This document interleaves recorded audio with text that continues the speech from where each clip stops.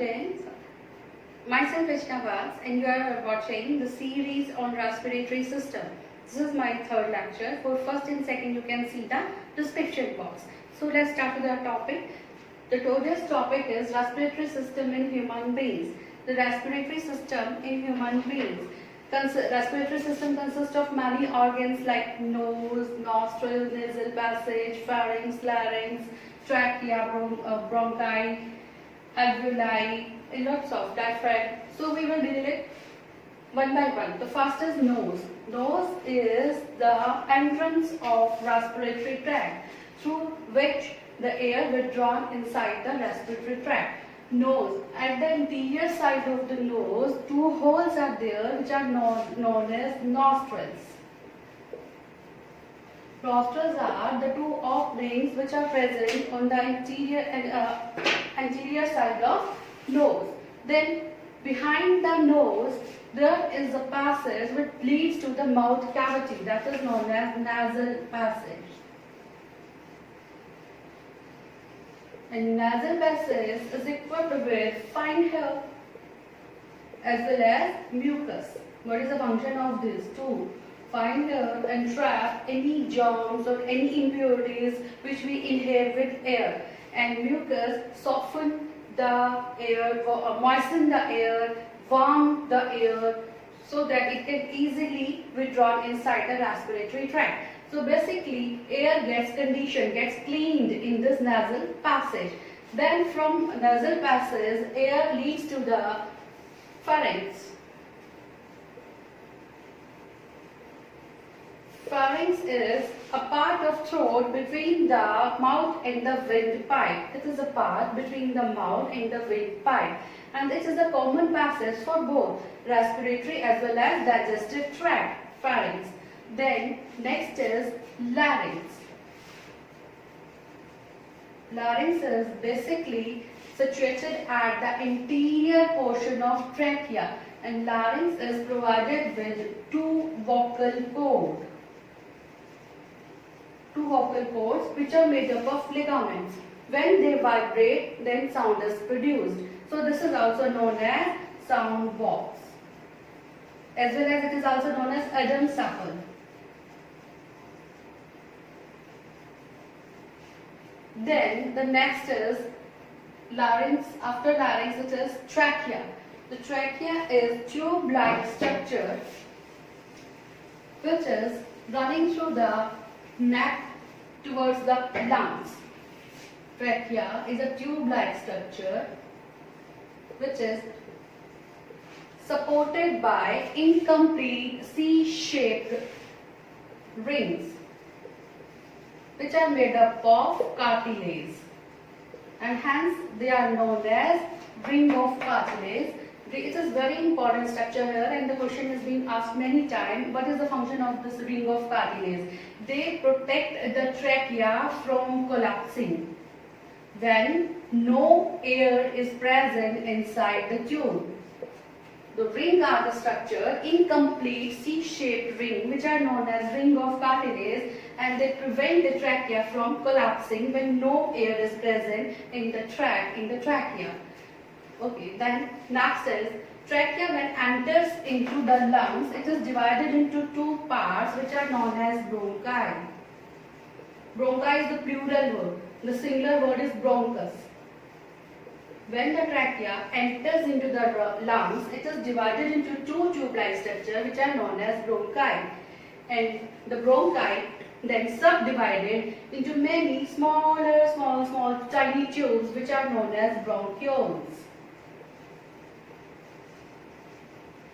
And bronchioles has the presence of air-sac balloon-like structure which are known as alveoli. Bronchioles have the presence of balloon-like structure which are known as alveoli. Alveoli here are associated with blood vessels and helps in gaseous exchange with blood. So the next is lungs. Two lungs are present on the either side of heart. are the primary organs for respiration, and they are located on the both sides of heart. They are located on either side of heart, two sides of heart. They are enclosed with a membrane which protect them, and that membrane is known as pleura. They are enclosed with the protective membrane which is named as pleura.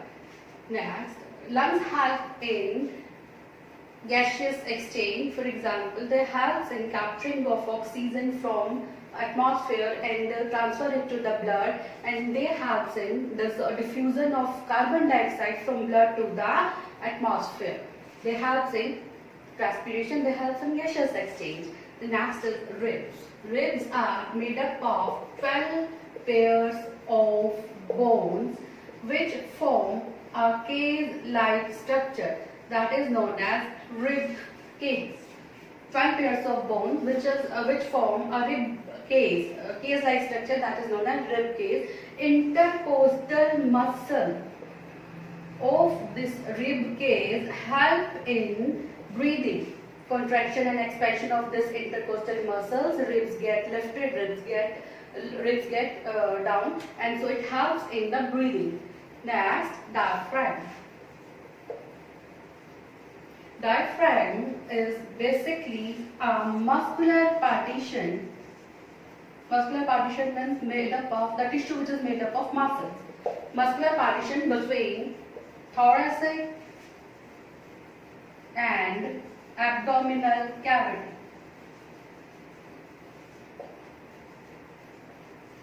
And it helps in breathing.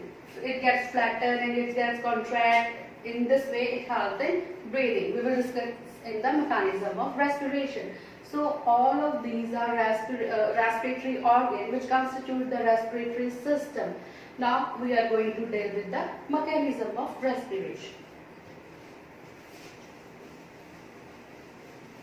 Mechanism of respiration constitutes the three parts. Basically, number one, inhalation, then exchange of gases, and the third is exhalation. So we will discuss the one by one. The first is inhalation. Inhalation or the inspiration of gases. Inhalation passes, the air reaches to the trachea and trachea. The various mechanism taking place. The muscles which are attached to the rib cage or muscles attached to rib cage, to the ribs, they get contract, and the diaphragm, it gets flattened. If the muscles are getting contracted, thus ribs get upward, gets lift towards upward side. Rib cage gets lift. So the chest cavity expand. More volume of chest cavity is there. More volume means less pressure. Less pressure of gases. Hence, in the chest cavity, less pressure of gases is there, while in the atmosphere, more pressure of gases is there. So, gases are sucked inside the chest cavity through nostril, through nasal passages, to trachea, into the lungs. This is inhalation. Intake of oxygen with gases, all gases, that is inhalation. When air reaches to the trachea, to the lungs, the muscles attached to the ribs contract and rib cage getting upward lift, and diaphragm gets flattened, chest cavity expand, then pressure inside it become very less. Inside the chest cavity pressure is very less, while outside in the atmosphere pressure of gases is very high. So from higher pressure to the lower pressure, gases get diffused inside the chest cavity. This is inhalation. Inhalation means intake of oxygen. Now, the oxygen which is getting intake, which gets filled in the lungs, then exchange of oxygen or exchange of gases take place.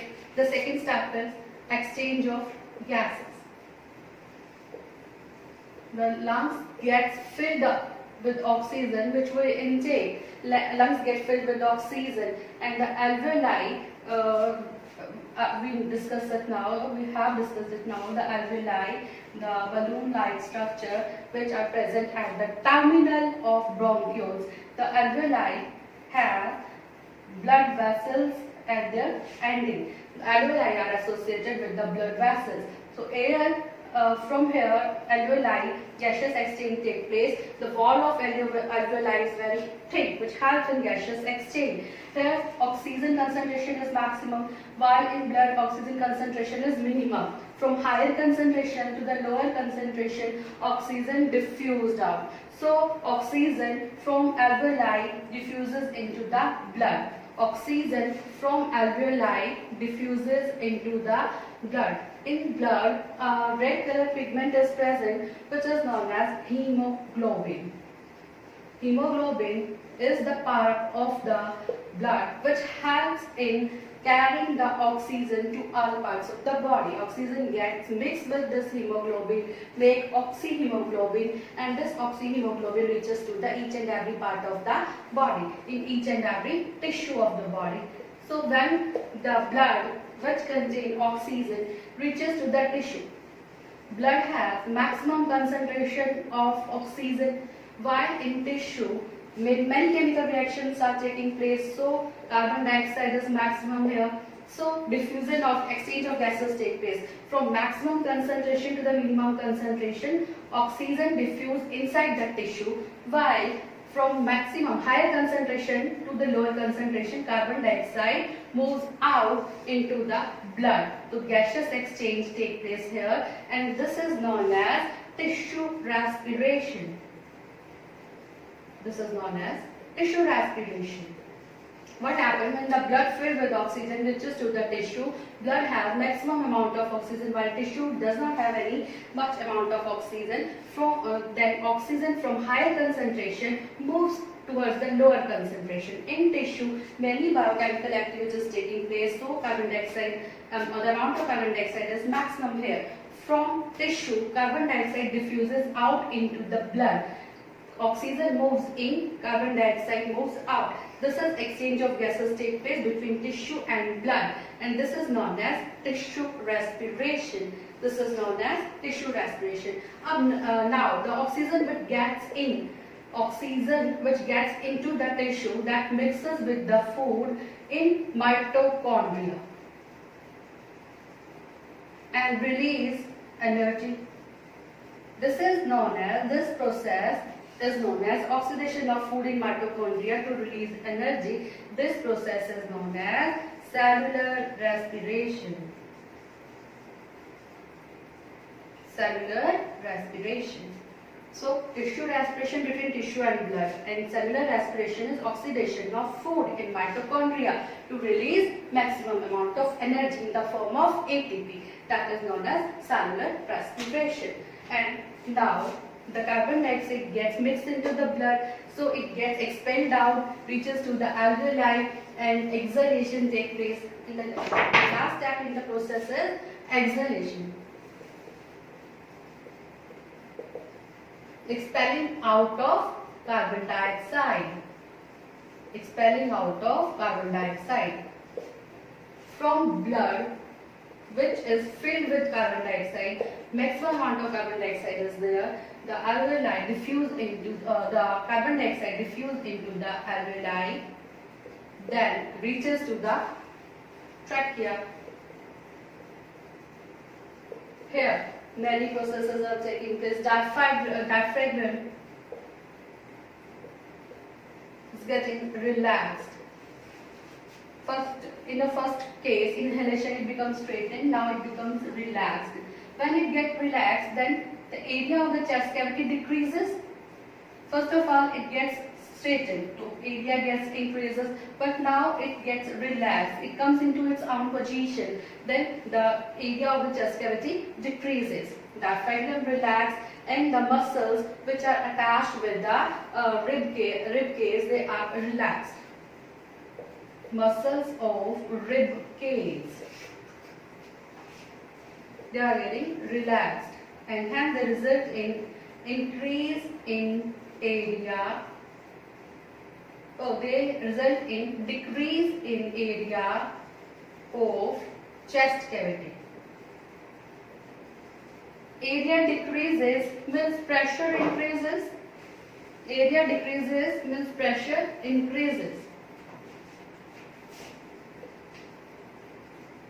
Area of chest cavity decreases, which resulted in increase in pressure of gases. Now, in chest cavity, pressure of gases is much more as compared to the pressure of atmosphere. Then from higher pressure, gases diffuses out to the lower pressure, and hence expelling of carbon dioxide take place from trachea to the pharynx, to the nasal passage, to the nostril, and then to the atmosphere. Expelling of carbon dioxide take place. This is known as exhalation. Exhalation means expelling of carbon dioxide. The blood which is full of carbon dioxide reaches to the alveoli, then the carbon dioxide diffuses into the alveoli, from alveoli to the bronchioles, to the bronchi, and to the trachea. Here the muscles of the ribs get relaxed. So when the muscle gets relaxed, and then when the diaphragm gets relaxed, the chest cavity decreases, the pressure inside the chest cavity increases as compared to the pressure of the atmosphere. So the gases from higher pressure diffuses out to the lower pressure, and the carbon dioxide gets expelled out. So exhalation takes place. So we have completed in this lecture, we have completed the respiratory system in the human being. One more thing is there, residual volume. It has been asked many times. Residual volume. What do you mean by residual volume? Residual volume is the small amount of oxygen, small amount of air which is present inside the lungs, so that they cannot collapse during breathing.